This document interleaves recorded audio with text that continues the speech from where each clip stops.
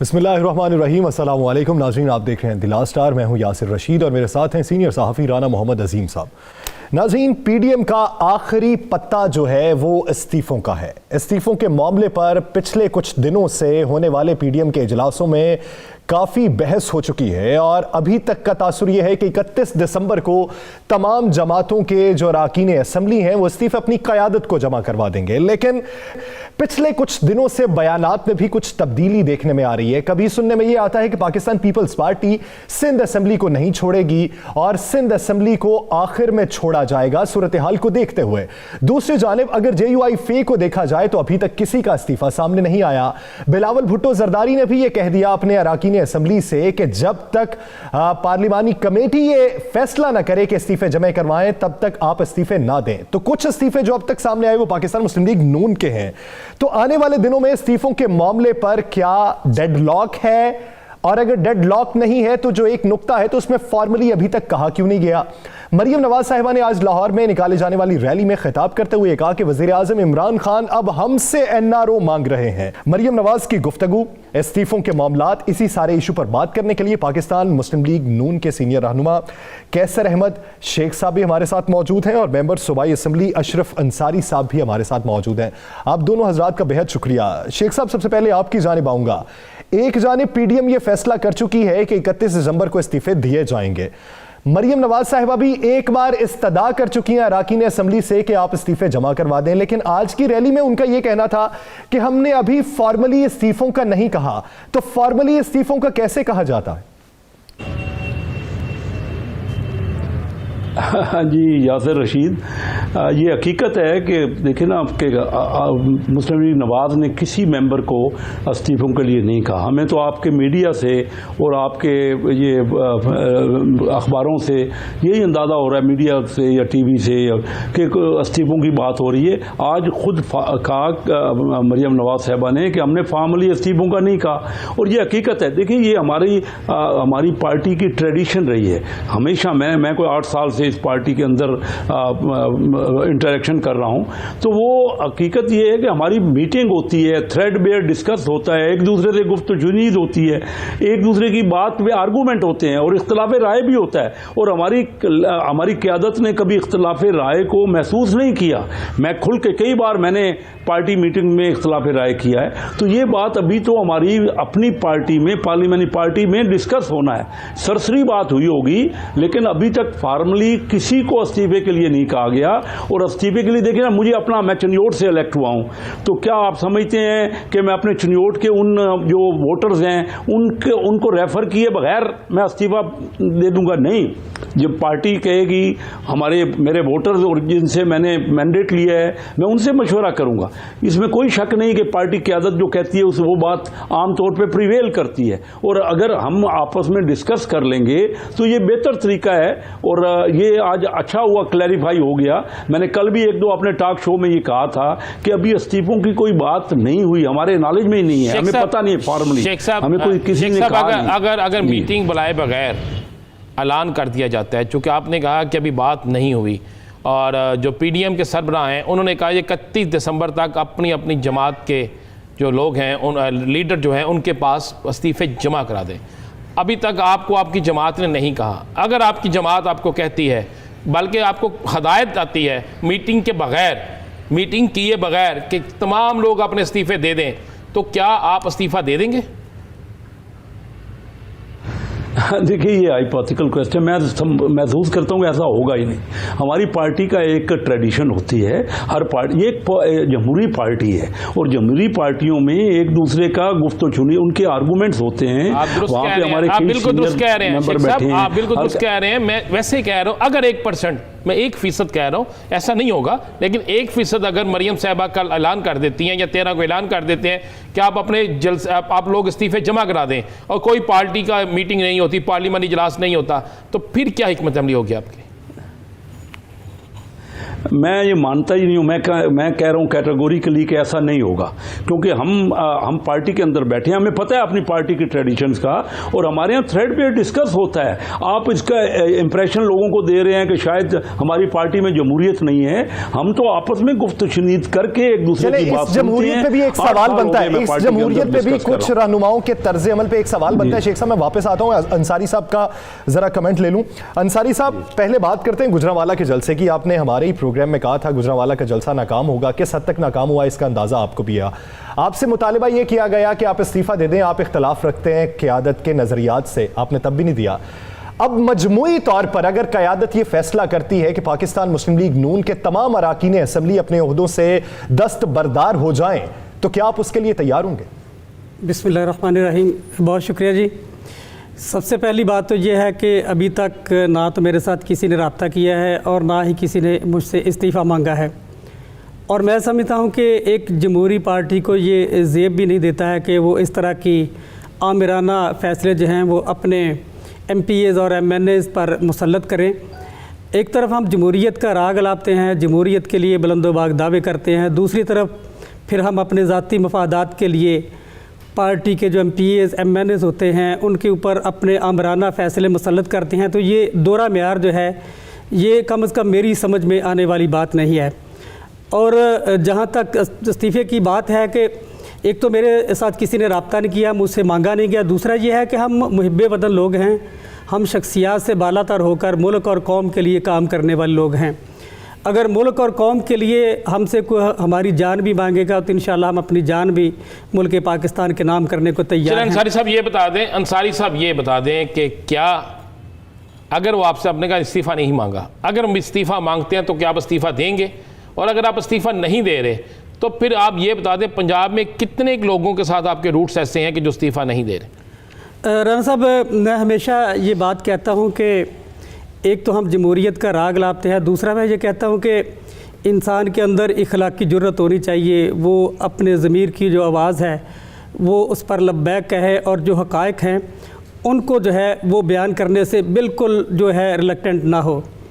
जैसा कि मैं भी देख रहा हूँ, पूरी कौम देख रही है कि पिछले कुछ महीनों से मुस्लिम लीग नून की जो क़यादत है वो मुझे नहीं पता वो किसके इशारों पे ऐसा कर रहे हैं कि वो ऐसा काम कर रहे हैं जिससे अफवाज पाकिस्तान की क्रेडिबिलिटी पे क्वेश्चन मार्क आता है, पाकिस्तान की कौमी सलामती के जो इदारे हैं उनकी सालमियत पे क्वेश्चन मार्क आता है, वतन अज़ीज़ के अंदर इंतशार पैदा करने की कोशिश की जा रही है और ऐसे फ़ैसले किए जा रहे हैं, ऐसा बयानिया दागा जा रहा है जैसे हम पाकिस्तानी कौम नहीं बल्कि इंडिया को खुश करने की कोशिश में लगे हैं।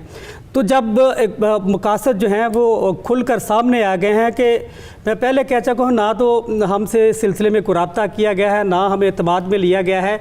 तो जब वतन अज़ीज़ को तरक्की और खुशहाली के रस्ते से रोककर हम वतन अज़ीज़ के अंदर इंतशार पैदा करेंगे, हम मुल्क की सालमियत के इदारों की जो साख है उनको मुतासर करने की कोशिश करेंगे और ना जाने हम किसके कहने पर इंडिया को खुश करने की कोशिश में लगे हैं।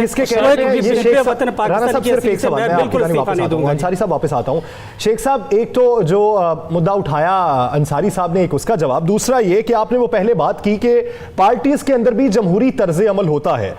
अगर मुशावरत ही नहीं हुई पार्टी के अंदर, अगर आपने अपने वोटर से ही अभी मुशावरत नहीं की, तो वो रहनुमा जिन्होंने अज खुद इस्तीफे लिख के पार्टी क़यादत को भिजवा दिए हैं उनके तर्ज अमल पे क्या कहेंगे? क्या उन्होंने जमहूरी तर्ज अमल से मुतसादिम रवैया नहीं अपनाया? फिर जी बिल्कुल ऐसा ही हो सकता है, क्योंकि आज बिलावल भुट्टो जरदारी ने कैटेगोरिकली कह दिया कि जो लोग ये कर रहे हैं वो ठीक नहीं कर रहे। आज खुद उन्होंने उनको बल्कि मना किया है, सख्ती से मना किया है कि आप सोशल मीडिया पे और ये इस्तीफ़ों का जिक्र भी नहीं करें और ये बात नहीं करें। देखिए ना, बात मुल्क के मफादात की है। हम सब ने, हम तमाम जो MNA जो MPAs बनते हैं तो वो सब मुहिब्बे वतन लोग होते हैं, चाहे किसी पार्टी से भी हों। इख्तलाफ राय अपनी जगह पर है, लेकिन हमारा मुल्क का मफाद मफाद और हमारे अपनी पार्टी का मफाद और हमारे लोगों का मफाद, इलाके के लोगों का मफाद, वो सबसे मुकद्दम होता है। और मैं ये समझता हूँ कि वो हर सूरत में मलूज़ खातर रहना चाहिए। और ये इससे पहले भी तरीक़ाकार रहा है। हमारी पार्टी में बड़ी डिस्कशंस होती हैं, ये हर डिस्कशन के बाद पूरा एक राय बनती है, कंसेंसस बनता है और उसके बाद फैसले होते हैं। ये आप भी मुत्तफिक नहीं है। राणा साहब सवाल करना चाहते हैं। राणा साहब। शेख साहब, अभी आपने बड़ी अच्छी बात की, पार्टी में जमहूरी रवैया, जमहूरियत ही होनी चाहिए और यही एक खुलासा है सबका। एक मैं जानना चाहता हूं, जो हादसा है उसको हम क्यों नहीं करते? आपकी पार्टी में मुस्लिम लीग नून में सीनियर वाइस प्रेसिडेंट है शाहिद हकान अब्बासी, मियां शहबाज शरीफ साहब के बाद उनका नंबर आता है, लेकिन यहां पर पूरी क़यादत जो है वो मरियम नवाज साहबा संभालती हैं। तो क्या ये जमहूरियत के खिलाफ नहीं? ये अब देखिए ना, देखिए ना, कोई भी वाइस प्रेसिडेंट है वो कर सकता है किसी जगह पे जाके जलसा कर, वो कोई अभी कहाँ ऑफिशियल कोई क़यादत की बात हुई। हमारे प्रेसिडेंट हैं मियां शहबाज शरीफ साहब, हमारे सुप्रीम लीडर हैं मियां नवाज शरीफ साहब, अब बात सीनियर वाइस प्रेसिडेंट साहब शाहिद खाकान अब्बासी हैं, सारे हमारे मौजूद हैं। और अभी फैसला कोई ये फॉर्मल फैसला नहीं हुआ। जलसों में किसी का एड्रेस करना वो तो अपनी जगह पे उनका पॉइंट ऑफ व्यू है और वो आना चाहिए, इसमें किसी को इख्तलाफ राय नहीं है। लेकिन जहां फैसले होंगे, फैसलों में लाजमी तौर पे मैं आपको यकीन दिलाता हूं कि मुल्क के मफाद को मद्देनजर रखते हुए और हमारे अपने जो एरियाज के मफाद हैं, आपकी नजर से कुछ चीज गुजारना चाहता हूं। मैं चाहूंगा कि शेख साहब देख भी लें। शेख साहब, बीडीएम के इजलास जो कल भी हुआ उसमें सरबराहों को बुलाया गया, सरबराही इजलास था, परसों भी हुआ, तो ज़रा उसमें अगर आप देखें तो आपको नज़र आ जाएगा कि उसमें मरियम साहिबा जो वो बैठी हैं, फैसले मरियम साहिबा कर रही हैं, बाकी नायब सदर नहीं कर रहे। वो ज़रा अगर आप गौर करें, आपने कल भी देखा होगा। जी शेख साहब। जी तो जी आपका अगर देखें ना, वो बैठ के वहाँ बात करें तो ये कोई ऑफिशियल फैसले तो नहीं है ना। हमारी पार्टी का तो एक पूरा एक हम ये कह सकते हैं कि मरियम साहिबा ऑफिशियल नहीं बैठी होगी। हम ये कह सकते हैं कि मरियम साहिबा वैसे बैठी हैं, पार्टी की तरफ से नहीं बैठी। इसमें तो कोई शक ही नहीं है। या तो पार्टी की वो कोई इलेक्ट हो जाएं, कोई रिप्रेजेंटेटिव हो जाएं, उसमें तो कोई शक नहीं। वो आए ना पार्टी में, पार्टी की कोई ऑफिस बेरर, तो ऑलरेडी वो वाइस प्रेसिडेंट हैं, उस हैसियत से बैठी हैं वो। ठीक है, अगर सब ने उनको अथोराइज, तो मेरे नॉलेज में नहीं है कि हमारी पार्टी ने उनको इस तरह अथोराइज किया हो, एटलीस्ट मेरे ये नॉलेज में नहीं है। यानी आपकी नॉलेज में नहीं है कि पार्टी ने उन्हें अथोराइज इस तरीके से किया हो कि बतौर सरबराह वो किसी इजलास में बैठे। आज मरियम नवाज साहिबा की जानिब से इमरान खान साहब के हवाले से यह कहा गया कि NRO हमसे मांगा जा रहा है। पहले जब वजीर आजम की जानिब से यह कहा जाता रहा तो इनकी जानिब से डिनाई किया जाता रहा कि अगर सबूत है तो सामने लाएं। तो फिर मरियम नवाज साहिबा के पास भी सबूत होना चाहिए। मरियम नवाज साहिबा का क्या कहना था, पहले वो देख। अल्लाह ताला ये किसी पे ना लाए। एक इंसान जिसका नाम इमरान खान है, वो 2.5 साल से ये कहता रहा मैं NRO नहीं दूंगा, मैं NRO नहीं दूंगा। आज पूरी दुनिया देख रही है, कल के टीवी स्क्रीन आप देख लें, आज के अखबारों की सुपर लीड्स आप देख लें, वो बंदा ऑपोजिशन से, मुस्लिम लीग नून से और PDM से हाथ जोड़ के NRO मांग रहा है। अल्लाह ताला ये जिल्लत किसी को ना दिखाए, अल्लाह ताला ये दिन किसी को न दिखाए कि वो हाथ जोड़कर हमसे NRO मांग रहा है। अंसारी साहब, समझते हैं कि क्या वाकई वज़ीर आज़म इमरान खान जो है, या मौजूदा वफाकी हुकूमत, या कोई एक छोटा वजीर भी ऑपोजिशन से NRO मांग रहा हो? ये बड़ी अहम बात है जो मरियम साहिबा ने की है। मैं भी अल्लाह ताला से उसकी पनाह मांगता हूँ कि 35 साल मुस्लिम लीग नून की क़यादत जो है वो हमें ये सबक पढ़ाती रही कि जुल्फ़कार अली भट्टो जो है वो मुल्क दुश्मन है। मोहतरमा बेनज़ीर भट्टो के बारे में इन्होंने नाज़ेबा कलमात कहे, उनके मुख्तलिफ़ पोस्टर प्रिंट करवा के उन्होंने छपवाए। फिर आसिफ ज़रदारी के बारे में हमें ये पढ़ाते रहे कि ये ज़रदारी जो है ये बीमारी है, इसने बिजली की तारों से हमारी बिजली खींच ली है, जो हमारी गैस के पाइपलाइनें हैं वहाँ से इसने गैस खींच ली है। तो 35 साल हमें ये दर्स देते रहे। तो मेरे दिलो दिमाग में तो वो बात सरायत कर चुकी है, वो मेरे दिलो दिमाग से वो बात बैठ नहीं रही कि पीपल्स पार्टी जो है वो मुल्क दुश्मन पार्टी है। तो अल्लाह ये दिन किसी को न दिखाए, जिस तरह से मियां नवाज शरीफ साहब और मरियम नवाज साहिबा जिस तरह से तरले मिन्नतें करके ज़रदारी के पाँव पड़ रही हैं।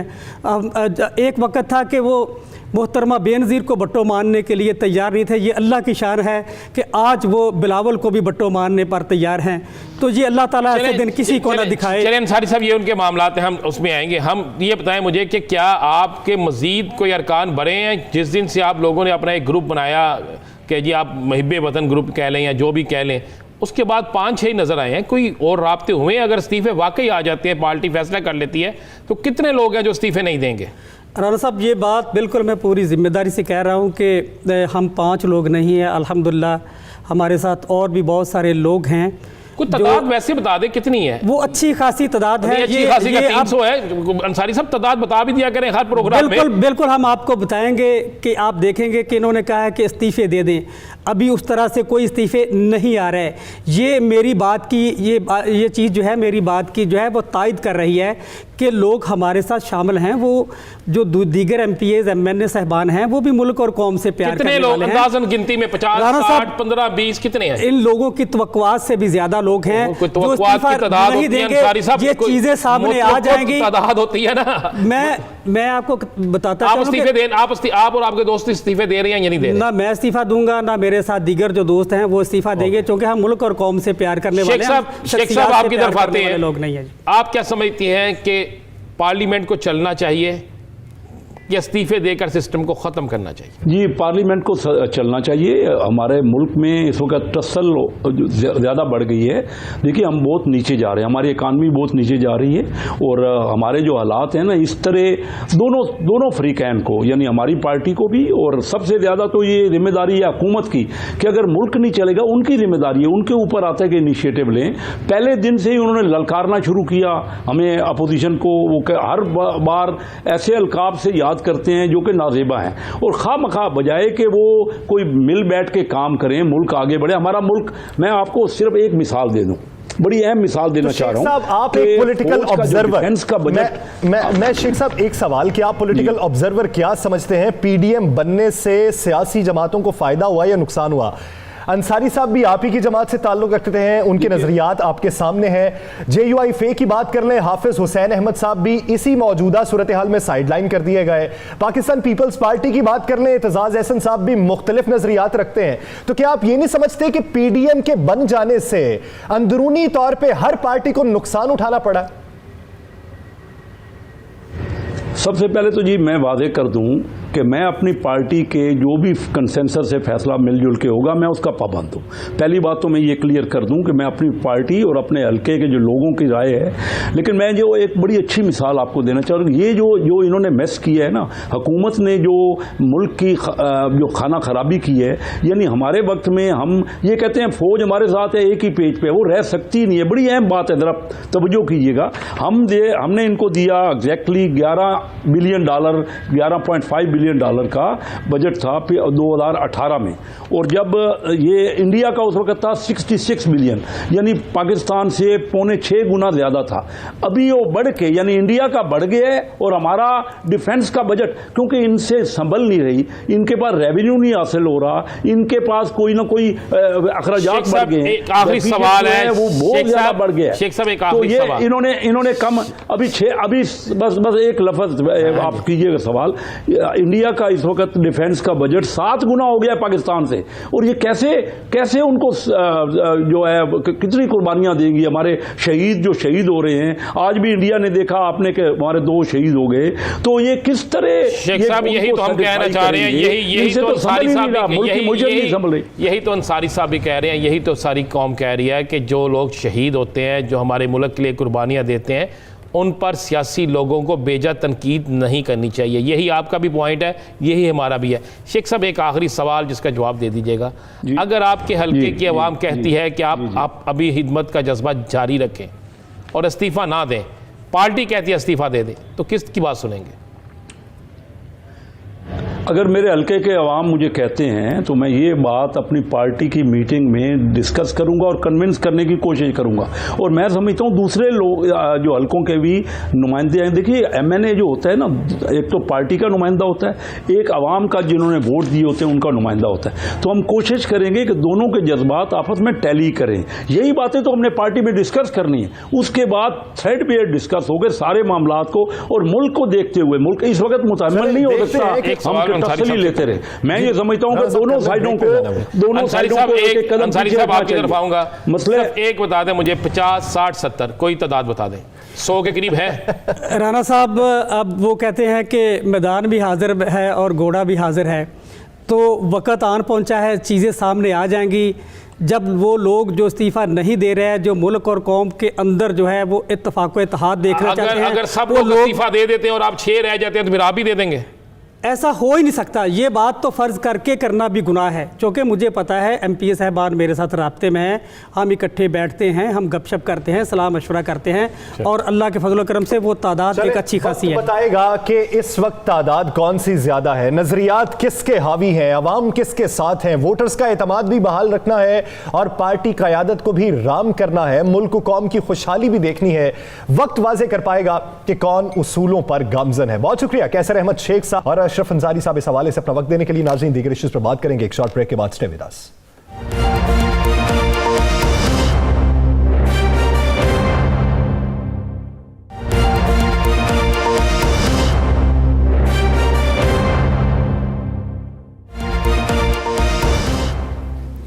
Welcome back. नाज़रीन, इस्तीफ़ों का मरहला और पाकिस्तान पीपल्स पार्टी की पोजीशन। पाकिस्तान पीपल्स पार्टी के कई अरकान असम्बली अज खुद इस्तीफ़ा देने पर तैयार हैं, लेकिन इत्तलात ये भी हैं कि बिलावल भुट्टो जरदारी साहब का ये कहना है कि CEC में इसे ज़ेर बहस लाया जाएगा और फिर हतमी तौर पर फैसला किया जाएगा कि इस्तीफ़े देने हैं तो कब देने हैं और किसके पास जमा करवाने हैं।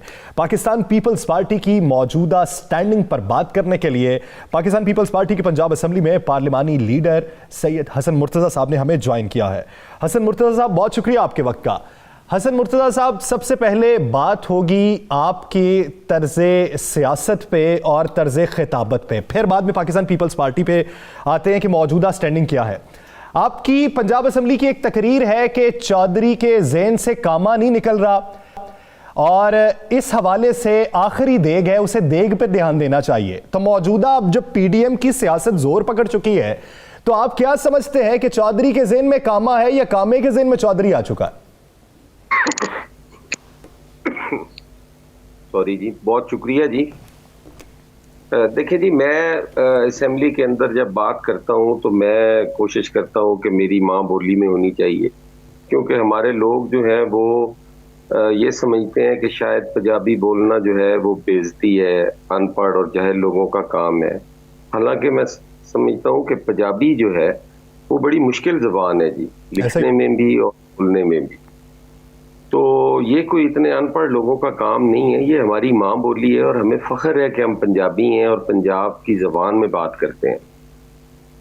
जो मेरे वहाँ पे मिसालें होती हैं वो मेरी मिसालें होती हैं, कोई लतीफ़ा नहीं होता जी।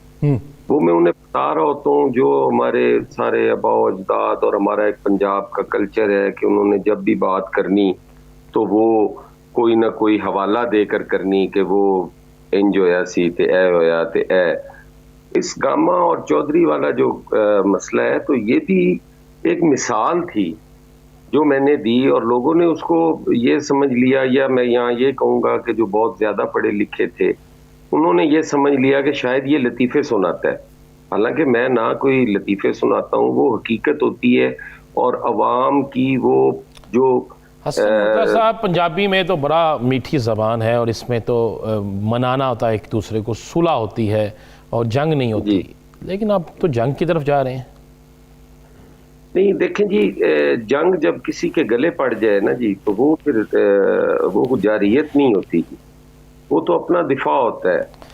हम तो अपना दिफा कर रहे हैं। अच्छा, तो ये बता दें, आपने भी इस्तीफ़ा दे दिया, गिलानी साहब ने भी इस्तीफ़ा दे दिया, लेकिन बिलावल भुट्टो साहब की तरफ से ये हदायत आ गई अब इस्तीफ़ा कोई ना दे, हमारी आपकी एग्जीक्यूटिव काउंसिल में फैसला होगा उसके बाद देंगे। तो ये क्यों ऐसा? पहले आपको इतला नहीं थी? नहीं, इतला थी और अब भी हमने अपनी पार्टी को दिया है इस्तीफ़ा कि वो जिस टाइम जी चाहे स्पीकर को दे दें। आप देखें ना जी, हमारे मुल्क में नजरियाती सियासत जो है वो ख़त्म होती जा रही है। हमारे पास अब जो सियासत है वो कमर्शलाइज होती जा रही है। इलेक्शंस जो हैं वो पैसों के बलबूते पे लड़े जाते हैं, इलेक्टेबल्स ढूंढे जाते हैं, देखा जाता है कि इस बंदे की कोई ज़ात बिरादरी क्या है, इलाके में ये जीत सकता है नहीं जीत सकता, इसके पास पैसा कितना है। ये सारी चीज़ें जो है मैं समझता हूं कि नजरियाती सियासत के बिल्कुल खिलाफ है। पाकिस्तान पीपल्स पार्टी ने जो सियासत की थी, जो शहीद जुल्फ़िकार अली भुट्टो ने बुनियाद सियासत की रखी थी, उसमें तो आम आदमी भी मेंबर बन सकता था, लेकिन आज वो नहीं है जी। तो हम चाहते हैं कि हमारी पार्टियां जो हैं वो मजबूत हों, सियासी कल्चर मजबूत हो, सियासी रिवायात मजबूत हों, और ये जो लोटाइज्म है और लोग अपनी सियासी वफादारियां बदलते हैं, ये सियासी वफादारियां बदलना छोड़ दें। अगर हम जमाती बुनियादों पे इस मुल्क में इलेक्शन लड़ेंगे तो फिर एक आम आदमी भी लड़ सकेगा, फिर इलेक्टेबल्स ढूंढने की जरूरत नहीं होगी। मुर्तज़ा साहब, आप नजरियाती कारकुन रहे पाकिस्तान पीपल्स पार्टी से, कई दहाइयों से पाकिस्तान पीपल्स पार्टी के ही साथ हैं, तो अपनी माँ बोली में मौजूदा सूरत हाल में आप मिसाल क्या देंगे? एक वो वक्त था कि जब सिर्फ हुकूमत की जबान पर अपोजिशन का सिर्फ नाम था और हदफ तनकीद बनाया जाता था।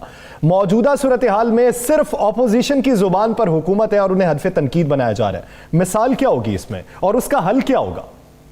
सर, गुजारिश ये है कि जो हमारे हुक्मरान हैं वो नाअक्बत अंदेश हैं, उन्हें अंदाजा नहीं है, वो सियासतदान हैं नहीं, बेसिकली उन्हें बना दिया गया सियासतदान। पंजाबी च इन्हू आंदे ने कि इन्होंने 100 लित्र भी खाना है ते 100 वसल भी खाना है। इन्होंने अखीर ਉਹੀ ਗੱਲ ਮੰਨਣੀ है ਜਿਹੜੀ हमेशा ਹੁੰਦੀ आई है। सर, अगर तुसी माजी वेख लो तो तुसी वेखोगे जमालिया अपने आप ਨੂੰ बहुत मजबूत आखदा सी, और आखिरी रात उनका एक टीवी इंटरव्यू सी जिंदे च उन्हें कही मेरी हुकूमत कित्थे जाण वाली नहीं है, बड़ी मजबूत हुकूमत है और मैं अपना टाइम पूरा करांगा। तो सुबह वो नहीं सी। अच्छा हसन साहब, ये बता दें मुझे, आप समझते हैं कि इस्तीफे हो जाएंगे? देखें जी, इस्तीफा हमने लेना है, इस्तीफा देना नहीं है। हमने इस्तीफे लेने का जो सफर है, जो मंजिल है, उस तक पहुंचने में अगर कहीं हमें इस्तीफा देना पड़ा तो हम वो ऑप्शन भी इस्तेमाल करेंगे। आपने बड़ी अच्छी बात की है कि आप इस्तीफा लेने जा रहे हैं, देने नहीं जा रहे, तो फिर ये देने वाला सब ड्रामा है? सर, मैं अर्ज कर रहा हूं ना कि आप दो चीजों को इकट्ठा कर रहे हैं ना जी। मैंने एक चीज आपको बताई है कि हमारा इस्तीफा अपनी क़यादत को देना वो उस क़यादत पर एतमाद का इजहार है, और उन्हें ये इख्तियार दिया है कि हम लोटे नहीं हैं, आप जो फैसला करेंगे हम उसके पाबंद हैं। हम एक पॉलिटिकल पार्टी की टिकट पर जीत के आए हैं, हम ये कतन हक नहीं रखते कि हम अपनी सियासी वफादारियां इस स्टेज पे आके बदल लें। वो इस चीज का जवाब था। चले एक आखिरी सवाल का जवाब दे दें, बतौर वजीर आजम मौलाना फजल रहमान को कबूल करेंगे? देखिए जी, जो अक्सरियत से आएगा पीडीएम में, ये कतन कोई नहीं है कि मौलाना साहब बनेंगे, मरियम बीबी बनेंगे, बिलावल साहब बनेंगे। पीडीएम है, उसमें जो पार्टी भी, हम अपना अपना इलेक्शन लड़ेंगे। अगर पीडीएम का कोई इत्तेहाद बनता है तो उसमें जो भी कैंडिडेट कंसेंसस के साथ होगा, मुत्तफिका होगा। यानी आपकी नजर में पीडीएम का इंतखाबी इत्तेहाद हो सकता है? सियासत में कोई चीज भी बैद नहीं है जी। सियासत के अंदर डायलॉग हो सकते हैं, सियासत के अंदर आप मशावरत कर सकते हैं, सियासत के अंदर आप, ये तो कोई नहीं है। हम पाकिस्तान पीपल्स पार्टी ने तो पहले भी अपने कारकुन जो दो थे, अपने सियासी रहनुमा थे, राजा परवेज अशरफ साहब और गिलानी साहब, उनको उन्होंने वजीर आजम बनाया। तो फिर नेशनल डायलॉग कर लें हुकूमत से नेशनल डायलॉग करने में क्या दिक्कत है? देखें जी, गुजारिश ये है कि हमने कई दफा हुकूमत को ये ऑफर की कि हम इकॉनमी पे बैठ के बात करना चाहते हैं, हम आपके साथ दीगर मसाइल जो हैं मुल्की उन पे करना चाहते हैं, हम खारजा पॉलिसी पे करना चाहते हैं, हम दाखिला पॉलिसी पे करना चाहते हैं, हम लेबर पर, एजुकेशन पर, हेल्थ पर, हर इशू और पॉलिसी पर हम आपके साथ बैठ के बात करने को तैयार हैं। आखिरी सवाल का एक जवाब दे दीजिएगा सर मुर्तज़ा साहब, लॉन्ग मार्च कब करने जा रहे हैं और क्या लॉन्ग मार्च लाहौर से होगा, पेशावर से शुरू करेंगे, कहाँ से शुरू करेंगे? 13 दिसंबर के जलसे के बाद इसका डिसाइड होगा कि हमने लॉन्ग मार्च करना है या एहतजाजी तहरीक चलानी है या जेल भरो तहरीक चलानी है। उसमें जो डिसीजन होंगे उसके मुताबिक हम करेंगे। इन 13 दिसंबर के जलसे के बाद यह फैसला किया जाएगा कि अगला ऑप्शन क्या इस्तेमाल किया जाता है। ऑप्शन काफी सारे, इस्तेमाल क्या किया जाता है। बहुत शुक्रिया सैयद हसन मुर्तज़ा साहब इस हवाले से अपना वक्त देने के लिए। आगे बढ़ेंगे और बात करेंगे आसिफ अली जरदारी, नवाज शरीफ साहब और शहबाज शरीफ साहब। सलमान शहबाज के बाद जो है बेनामी जायदाद और जाली अकाउंट्स के बाद एक और बड़ा माफिया बेनकाब हुआ है। पाकिस्तान की तारीख के मेगा स्कैंडल, 300 अरब रुपए का यह स्कैंडल है। इसकी करप्शन करने वाले कौन हैं, पंजाब में उनका क्या काम है, पंजाब में किन इदारों से वो वाबस्ता है, ये राणा साहब से जानेंगे। राणा साहब, पंजाब का कौन सा इदारा है जिसमें 2 नंबरी होती है, और 2 नंबरी होती है तो किस तरीके से होती है, फिर पकड़े क्यों नहीं जाते? देखें यासर, ये आज हम एक इतना बड़ा स्कैंडल सामने लेकर आ रहे हैं कि 300 अरब, अभी किसी सियासतदान ने इतनी बड़ी करप्शन मेरा ख्याल नहीं की, और ये 300 अरब की करप्शन कुछ एक्साइज के लोग हैं, निचला तबका, ऊपर वाला नहीं, कुछ नीचे एक्साइज के लोग हैं, और एक टिकटॉकर बड़ा मारूफ है, सोशल मीडिया पे बड़ा हिट है, एक वो है। एंटी करप्शन पंजाब ने एक इन्वेस्टिगेशन शुरू की। अच्छा, ये इन्वेस्टिगेशन कहाँ से शुरू होती है? सीटीडी से। आपको याद होगा कि एक बम धमाका होता है, ब्लास्ट होता है, जिसमें कुछ लोग भी मरते हैं सगियां बुल के पास। उसमें एक गाड़ी इस्तेमाल होती है FB113 ITA-14454, ये चेसिस नंबर है गाड़ी का। जब इस गाड़ी के ब्लास्ट होता है, चेक किया जाता है, पता चलता है कि यह गाड़ी ही जाली है, 2 नंबर गाड़ी। बड़ा तगोदोड़ के बाद कुछ एक्साइज के लोगों को पकड़ा जाता है, उनसे इन्वेस्टिगेशन की जाती है, तो पता चलता है कि जनाब एक बहुत बड़ा माफिया है जो असास दायरे के भी जाली कागज बनाता है, जो मुख्तलिफ काम करता है। और उस माफिया ने अब तक जो सूरत हाल थी, उस माफिया ने 30,000 गाड़ियाँ, या सर 30,000 गाड़ियाँ उस माफिया ने अभी तक 2 नंबर बना के, खुरम गुज्जर उसका सरगना बताया जाता है, और उसके फ्रंट में जिनकी तस्वीर हम सामने आपको नंबर प्लेट, चेसिस नंबर, सब हर चीज। और ये जो फ्रंट आपको 2 तस्वीरें दिखा रहे हैं, मजे वाली बात यह है कि जिस तरह आपने सुना था ना, फलूदे वाले के अकाउंट से इतने पैसे निकले, आपने सुना जनाब दही बल्ले वाले के अकाउंट से इतने निकले, स्क्रैप वाले के अकाउंट से इतने निकले। तो ये जो 2 तस्वीरें आपको दिखा रही हैं, इनमें से एक का नाम जो है एक कसवर अब्बास है और एक का नाम अर्जी शाह है। ये दोनों के पास अपनी जायदाद मेरा ख्याल 5 लाख भी नहीं है, और एक जो इनमें से जो एक है, ये किसका कहा जा रहा है, ये खुरम गुज्जर के फ्रंट मैन है। और इनमें से एक जो है शख्स, उसने 2020 से 2015 से 2018 तक इन लोगों ने 7,013 गाड़ियां ऑक्शन वोचर पर जाली तरीके से करवाई। और उसके बाद इनमें से एक शख्स जो है वो 1290 गाड़ियां, एक के नाम है जो कसवर अब्बास है, इसके नाम पर 1290 गाड़ियां हैं, 1290। और जो दूसरा है वो स्टाम्प फरोश है अली अर्शी शाह, इसके नाम पर 996 गाड़ियां रजिस्टर्ड हुई हैं। यानी एक दोनों का अगर देखा जाए तो 50 अरब से जायद की गाड़ियां इनके नाम मौजूद हैं। जब इनसे इन्वेस्टिगेशन होती है तो ये कहते हैं जनाब हमारे पास तो अपनी मोटरसाइकिल नहीं है, आपने हमारे पास इतनी गाड़ियां हमारे नाम से किस तरह रजिस्टर्ड हुई? तो ये एक जब इस पे इन्वेस्टिगेशन जो गौहर नफीस है डीजी एंटी करप्शन, ये चूंकि तस्वीरें पहली दफ़ा हम सामने लाए हैं उन लोगों की जिन्होंने ये जिनके नाम से ये गाड़ियाँ आई जिस तरीके से निकली। गौहर नफीस जो है डीजी एंटी करप्शन, ये इस पर जब ज़्यादा हाथ डालते हैं तो मज़े वाली बात है, इतनी तगड़ी सिफारिशें आती हैं, इतनी तगड़ी सिफारिशें आती हैं कि आप परेशान हो जाएंगे। मीडिया से तलक रखने वाली बड़ी बासर शख्सियात, अरकान असम्बली, बड़े बड़े तगड़े फनकार, बड़ी बड़ी ताकतवर शख्सियात इसमें आ जाती हैं सिफारिश के लेकर। लेकिन इन्वेस्टिगेशन मुकम्मल होने के बाद ये चीज़ सामने आती है कि पाकिस्तान की तारीख का किसी अदारों के अंदर और प्राइवेट जो लोग बैठे हैं सियासतदानों से बड़ा स्कैंडल है कि 300 अरब रुपया का फ्रॉड हुआ है। 300 अरब का कौमी खजाने को। एंटी करप्शन से ही एक और मुकदमा दायर करने की सिफारिश की गई है और हिदायत जारी की सेशन कोर्ट से। कोई 5-7 नहीं, कोई 50-60 नहीं, 123 एकड़ की ज़मीन है। वन्ने की ताड़ हाफजाबाद का वाक़या है। 123 एकड़ की ज़मीन है जो दूसरों के नाम मुंतकिल कर दी गई, मावराए अदालत जिसे सेटलमेंट कह सकते हैं। आप पैसे लिए और दूसरे के नाम मुंतकिल कर दिया। अब उसकी सिफारिश की है, सेशन कोर्ट ने कहा मुकदमा दर्ज करें और इंक्वायरी करके गिरफ्तार करें। डीसी हाफजाबाद है और उनके साथ साथ सीनियर मेंबर है रेवेन्यू बोर्ड के। तो ये जो पॉलिटिकल इन्फ्लुएंस है या अपनी जो सीट का नाजायज इस्तेमाल है, ये कब खत्म होगा ये पूरा? ये देखें या सर, इस माशरे में चीज़ों को ख़त्म होते टाइम लगेगा। एक टाइम मान लेना कितनी देर से खराबी चल रही थी। डीजी एंटी करप्शन कौन होता था? वो होता था जो सियासी लोगों का, जिनको आशीर्वाद होती थी सियासी लोगों की, यही लोग होते थे ना। अब आगे इस मौजूदा हालात में कुछ तेजी हुई है, बड़े बड़े तगड़े लोगों पे हाथ पर है और मुझे यकीन है कि अगर गई है ये तो गौहर नफीस इस पर ज़रूर एक्शन लेंगे, क्योंकि वहाँ पे अब इस पर अमल ज़रूर होगा। देखिए जिस बड़े गैंग को इन्होंने पकड़ा है, जितने बड़े गैंग पकड़े गए हैं, उसके बाद ये तो बड़ा छोटा सा मामला, लेकिन हम समझते हैं कि इंसाफ होना चाहिए। आम आदमी कब तक कहाँ तक बेचारा इसी तरह अपना वक्त गुजारेगा? इंसाफ होना चाहिए और बिला तफरीक इंसाफ होना चाहिए। मुआशरे में अमन ही तब कायम होता है कि जब इंसाफ बिला तफरीक हो। दीगर इश्यूज पर बात करेंगे एक शॉर्ट ब्रेक के बाद। Stay with us.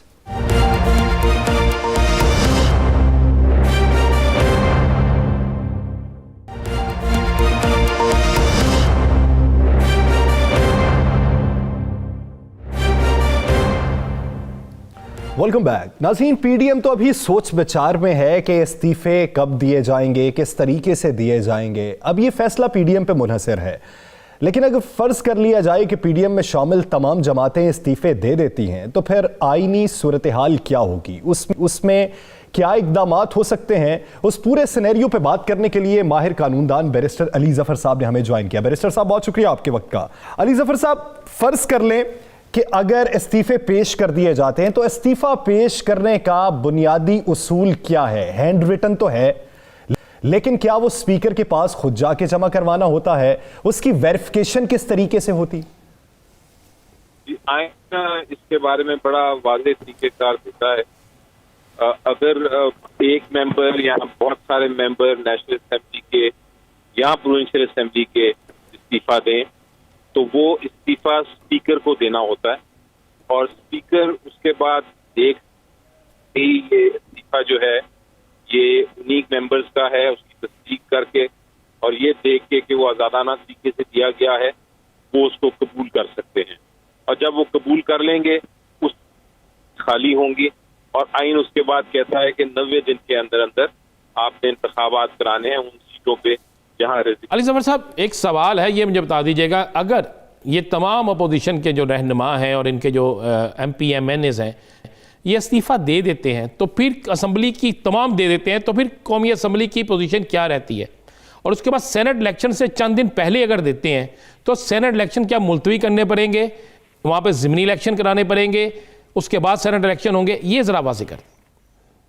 देखिए, अगर आप मिसाल के तौर पे आप सोचते हैं कि 1 जनवरी को इस्तीफे दे दिए जाते हैं स्पीकर साहब को अपोजिशन की तरफ से, और उसके 15 दिन बाद स्पीकर साहब जो हैं वो एक्सेप्ट कर लेते हैं नेशनल असेंबली के भी और प्रोविंशियल असेंबलीज के भी जो रेजिग्नेशन हैं, तो आइन कहता है कि उसके 90 दिन बाद इलेक्शन होंगे उन सारी सीटों पे जहां जहां रेजिग्नेशन हुई। लेकिन पार्लियामेंट जो है, जो पार्लियामेंट है और जो प्रोविंशियल असेंबली है जहां रेजिग्नेशन हुई है, वो अपना कारोबार, अपना बिजनेस वो जारी रखेंगी, वो डिसॉल्व नहीं होगी, और वो इनफैक्ट कानून साजी भी कर सकती हैं जब तक के 1/4 उनकी जो टोटल स्ट्रेंथ है 1/4 से कम ना रह जाए। अगर वो 1/4 से कम रह जाएंगे फिर वो कानून साजी नहीं कर सकते। तो बैरिस्टर साहब, अगर हुकूमत बनी है तो हुकूमत तो मेजॉरिटी से बनी, ऑपोजिशन इसका मतलब मेजॉरिटी में नहीं है।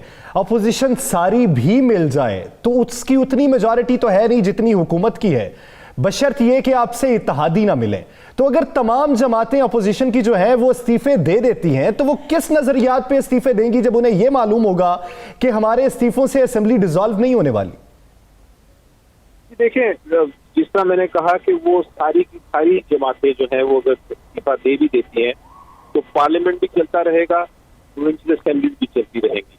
आगे जाके जो इंतखाबात आने हैं सेनेट के वो भी हो जाएंगे, क्योंकि आइन ये कहता है कि जो लोग रह जाते हैं पार्लियामेंट में रेजिग्नेशन जिन्होंने नहीं दी, वो सेनेट की 100% सीटें जो हैं उन पे वो इलेक्ट कर लेंगे सेनेटर्स को। तो ये तो एक मेरी नज़र में अगर ऑपोजिशन ऐसी कोई बात करती है तो एक तरह से हुकूमत को ये एक तोहफा है, और मुझे इसमें यकीन है कि बहुत सारे लोग जो नहीं करेंगे रेजिग्नेशन वो फिर एक अपनी एक ब्लॉक बना लेंगे जो कि मजीद हुकूमत का हाथ स्ट्रॉन्ग हो जाएगा। तो इस लिहाज से मुझे नहीं लगता कि कोई फायदा है ऑपोजिशन को। ये महल एक पॉलिटिकल अभी मूव है, इसीलिए उन्होंने ये कहा है कि ये जो रेजिग्नेशन है सिर्फ पार्टी लीडर्स को दी जाए और स्पीकर को नहीं दी। अच्छा अली जफर साहब, ये ज़रा बताइएगा, ये भी रहनुमाई फरमाइएगा कि मान लिया जो आप बता रहे हैं यही दुरुस्त है, कानून भी यही कहता है, अगर स्पीकर इस्तीफ़ा मंजूर नहीं करता और इसी दौरान में इलेक्शन भी आ जाता है सेनेट का और ये लोग वोट डालने नहीं भी आते तो उसमें आइन क्या कहते हैं? जी देखिए, अगर जब तक स्पीकर नहीं करते तब तक सीट खाली नहीं होती। तो अगर एग्जाम्पल दिया आपने, जो मिसाल दी कि वो सेनेट के इलेक्शन के करीब वो रेजिग्नेशन करते हैं और स्पीकर साहब अभी तक नहीं उनके एक्सेप्ट करते जो रेजिग्नेशन है, तो फिर और वो वोट करने नहीं आते, तो फिर भी जो रह गए हैं लोग जो वोट करने आते हैं वो इलेक्ट कर सकते हैं। तो अली जफर साहब, हम मफरूजात पे ही बात कर लेते हैं। एक मफरूजा अगर फर्ज कर लिया जाए, सिंध हुकूमत को मना लेती है सारी अपोजिशन और सिंध हुकूमत अपनी सूबाई असेंबली डिसॉल्व कर देती है, फिर क्या आईनी बहरान पैदा हो सकता है? क्या फिर भी सेनेट के इलेक्शन हो सकते हैं? चले ये एग्जाम्पल ले लेते हैं जिसके अंदर आप कह रहे हैं कि अब 3 प्रोविंशियल असेंबली जो है KPK की, पंजाब की और बलूचिस्तान की, वहां लोगों ने रिजाइन कर दिया ऑपोजिशन ने, लेकिन वो असेंबलियां अभी कायम है और जो सिंध की असेंबली है वो सिर्फ कायम नहीं रही। तो मेरी नजर में होगा ये, और इसका एक पहले केस भी है हमारी अदालतों में जिसने ये फैसला किया है। होगा ये कि जो KPK की, पंजाब की और जो बलूचिस्तान की असेंबलियां हैं वो अपने अपने सेनेटर्स जो हैं वो इलेक्ट कर लेंगे। जहां तक सिंध असेंबली का ताल्लुक है वहां इंतखाब होंगे, बाय इलेक्शंस होंगे 90 दिन में, और जब वो नए लोग आ जाएंगे तो वो अपना दोबारा इलेक्शन उस वक्त सेनेट का सिंध की असेंबली का होगा। सेनेट का इलेक्शन तब कंप्लीट समझा जाएगा जब ये सिंध का इलेक्शन हो जाएगा। यानी इस वक्त जो अपोजिशन का मुतालिबा है वो समझ से बालातर है कि अगर इस्तीफे दिए जाएं तो इस्तीफे देने से अपोजिशन को कोई फायदा नहीं होने वाला, कानून ये कहता है। बहुत शुक्रिया बैरिस्टर अली जफर साहब इसे अपना वक्त देने के लिए। नाज़रीन, 13 दिसंबर का लाहौर का जलसा और इस जलसे के हवाले से मीनार पाकिस्तान को लेकर पिछले कुछ दिनों से मुख्तलिफ रहनुमाओं ने मुख्तलिफ ट्वीट्स भी की, बयानात भी दिए कि डैम बना दिया गया, वहां पर पानी छोड़ दिया गया है, पानी भी छोड़ भी दिया गया, लेकिन उसके बावजूद भी हम वहां पर जलसा करेंगे। इस हवाले से मरियम नवाज साहिबा क्या कहती रही हैं और हकायक क्या हैं, दोनों मुशाहिदात देखते हैं, फिर बाद में इशू की जानिब बढ़ते हैं। पंजाब हुकूमत वहाँ मीनार पाकिस्तान के जलसागाह को डैम बना रही है। नहीं जी, जलसा इंशाल्लाह वहीं होगा और ज़रूर होगा और इंशाल्लाह भरपूर होगा। इस वक्त सूरत हाल क्या है वो आपको ज़रा दिखा दूं तो मेरे बिल्कुल दाएं जानिब ये एक 10 मरले जगह होगी ज़्यादा से ज़्यादा, जिसके थोड़े से हिस्से पर ये पानी खड़ा है। लेकिन अगर मजमूई तौर पर हम बात करें तो सैकड़ों कनाल पर जो ग्रेटर इकबाल पार्क है वो मुकम्मल तौर पर खुश्क है। नाज़रीन, एक जानिब मौक़िफ़ PDM का, दूसरी जानिब हकायक दिखाए हमारे नुमाइंदा की जानिब से, और एक इंडिपेंडेंट वॉइस के एक रिपोर्टर ने आपके सामने हकायक रखे हैं। राना साहब, लाहौर का जलसा ग्राउंड भरा नहीं जाना, क्या इस वजह से अपोजिशन इस तरह के हथकंडे अपना रही है या फिर हुकूमत मौका दे रही है? समझ से बालातर है क्या मसला? देखिए जी, हुकूमत ने तो मौका दिया है कि आप चाहें जाके जलसा करें। आज सारा दिन वहाँ पे जमघट्टा लगा रहा। इनकी सियासी जमातों के, PDM की जितनी सियासी जमातें हैं, इनके 2-2, 4-4, 10-10, 20-20 या 100-100 कारकुन वहाँ पहुँचे। मरियम साहिबा जो है उन्होंने लाहौर में रैली भी निकाली। मरियम साहिबा ने हर जगह जलसे जुलूस में कहा कि आंधी आ जाए, तूफ़ान आ जाए, बारिश आ जाए, डैम आ जाए, जो मर्जी बन जाए, आपने मीनार पाकिस्तान पहुँचना बिल्कुल मीनार पाकिस्तान। तो फिर ये झूठ किस लिए? फिर ये झूठ का सहारा क्यों लिया जा रहा है कि वहाँ पे डैम बन गया? अब एक ये 10 मरले का एक टुकड़ा है या 20 मरले का जिसमें थोड़ा सा पानी लगा हुआ था, उसको इतना चढ़ा दिया। आप देखें ये आप आज के आप ताज़ा शॉट भी सामने देख रहे हैं, पानी दूर दूर तक कहीं नज़र नहीं आ रहा। ये भागने की कोशिश कौन कर रहा है? देखिए, मौलाना फजलुर रहमान बड़े काबिल एहतराम है और बड़े आलिम दीन है। उन्होंने क्या कहा? अगर आप उनका शॉट सुन लें तो या तो फिर उन तक इतला पहुंचाने वाले गलत हैं या इनके इन्फॉर्मर गलत हैं, तो या फिर ये जानबूझ के चाहते हैं कि जनाब पानी जो है उसका बहाना लगा के हम किसी और तरफ चले जाएं। तो आज डंडा बरदार फोर्स से मुतारिफ करवाई वो। देखें कि ये क्या बात है, मुझे सियासत में ये होता है। आज डंडा बरदार आपने देखे ना किस तरह डंडा बरदार फोर्स मरियम साहिबा के साथ जाती रही हैं। आज लाहौर में कोरोना से इंतहा दर्जे की हिलाकतें शुरू हो गई हैं, ज़ख्मी हो गए हैं और लोग हॉस्पिटलों में जगह ख़त्म हो गई है। और आप देखें किस तरह लोग चल रहे हैं, कौन ज़िम्मेदार होगा? बस सियासत में अवाम की खिदमत करने वाले यासर ऐसा नहीं करते। लेकिन मैं आपको एक अंदर की खबर दे दूँ, मुस्लिम लीग नून जो है इसने एक प्लानिंग कर ली है। प्लानिंग ये है कि मीनार पाकिस्तान में इनके कुछ लोग पहुँचेंगे। अगर मीनार पाकिस्तान भर गया, यासर जो आपको मैं कह रहा हूँ मुसद्दका चीज़, अगर मीनार पाकिस्तान भर गया तो फिर ये की आदत भी वहाँ पहुँच जाएगी कि जनाब बल्ले बल्ले हो गया। और अगर मीनार पाकिस्तान इनकी तवक्को के मुताबिक ना भरा गया तो फिर ये किसी ना किसी जगह पे दारों से तसादम करेंगे और फिर ये एकदम ये आपको मीडिया पे नजर आ जाएगा ये सुनना कि जनाब हमारे जुलूसों को रोक लिया गया है, गुजरात से आने वाला जुलूस फलां जगह रोक लिया गया है, मुल्तान से आने वाला जुलूस फलां जगह रोक लिया गया है, लाहौर से निकलने वाला जुलूस फलां जगह रोक लिया गया है। ये इस तरीके से फिर शोर मचेगा और फिर कहा जाएगा जो जहां पे है वहीं पे स्टेज लगा ले। ये प्लानिंग है।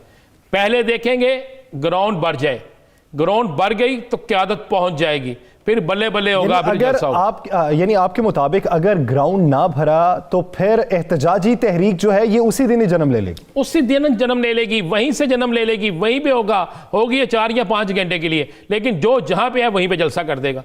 फिर ये तासर जाएगा जनाब हम तो लाखों की तादाद में आ रहे थे, हुकूमत ने हमें रोक लिया। और भाई लाखों अफराद नहीं रुकते, लाखों अफराद कभी नहीं रुकते, ना हुकूमतों के कहने पे रुकते हैं ना पुलिस के कहने पे रुकते हैं। जहां पे लाखों अफराद आते हैं यासर, वो एक रेला होता है, वो सब कुछ बहा के ले जाता है, उसके आगे कोई नहीं खड़ा होता। तो ये एक प्लानिंग है इनकी, इस प्लानिंग पे इन्होंने अमल करना है। इसे इन्होंने नाम दिया इस प्लानिंग को कि जनाब मिशन इम्पॉसिबल। ये मिशन इम्पॉसिबल है, बाकायदा लफ्ज इस्तेमाल किया गया है जो आज मीटिंग में तय हुआ है, और कहा गया है कि जब हम कहेंगे कि जनाब जहां पे है वहीं पे रुक जाए तो हर जगह पे जलसा शुरू कर दें, फिर ये तासर जाएगा कि जनाब बहुत बड़ा जलसा है, हर जगह पे जलसा शुरू हो गया है, फिर मीनार पाकिस्तान की तरफ तवज्जो नहीं जाएगी। देखिए ये भी तो हकीकत है ना, अगर मरियम घर से निकलती है और फिरोजपुर रोड पे वो तकरीर शुरू कर देती है, कौन मौलाना को दिखाएगा, कौन किसी और को दिखाएगा? वो तो मरियम को दिखाएंगे। इसी तरीके से अगर बिलावल भुट्टो किसी जगह से निकलते हैं, वो वहां पे तकरीर शुरू कर देते हैं, तो सारी तवज्जो बिलावल भुट्टो की तरफ होगी। तो ये सारा कुछ होगा। बिलावल भुट्टो में मेरा ख्याल है ये मिशन इम्पॉसिबल रहता है या मिशन सक्सेसफुल हो जाता है, ये तो 13 दिसंबर को ही सामने आएगा। नाज़रीन, द लास्ट स्टार से मुझे और राना अजीम साहब को दीजिए इजाजत, अल्लाह ने के बाद।